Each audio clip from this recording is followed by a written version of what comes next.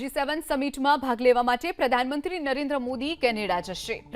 કેનેડાના પ્રધાનમંત્રી mark કાર્ને phone પર પ્રધાનમંત્રી નરેન્દ્ર મોદીને G7 શિખર સંમેલનમાં ભાગ લેવા માટે આમંત્રણ પાઠવ્યું છે। પીએમ મોદીએ કેનેડાનું આમંત્રણ સ્વીકાર્યું છે અને ખુદ મોદી આ માહિતી સોશિયલ મીડિયા પ્લેટફોર્મ એક્સ પર આપી ચૂક્યા છે। તેમણે લખ્યું કે કેનેડાના પ્રધાનમંત્રી સાથે ફોન પર વાતચીત થઈ, આનંદ થયો।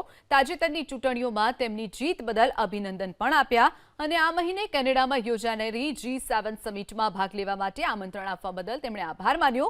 કેનેડાના આલ્બર્ટાના કાનાનાસ્કીસમાં 15 થી 17 જૂન સુધી G7 શિખર સંમેલન યોજાશે। સમિટમાં વિશ્વ શાંતિ, સુરક્ષા, મજબૂત અર્થતંત્ર અને ડિજિટલ ટેકનોલોજીમાં પરિવર્તન જેવા ઘણા મુદ્દાઓ પર ધ્યાન કેન્દ્રિત કરવામાં આવશે। G7 સમિટમાં ભાગ લેવા માટે પ્રધાનમંત્રી નરેન્દ્ર મોદી કેનેડા જશે। કેનેડાના પ્રધાનમંત્રી માર્ક કાર્ને ફોન પર પ્રધાનમંત્રી નરેન્દ્ર મોદીને G7 શિખર સંમેલનમાં ભાગ લેવા માટે આમંત્રણ પાઠવ્યું છે। પીએમ મોદીએ કેનેડાનું આમંત્રણ સ્વીકાર્યું છે।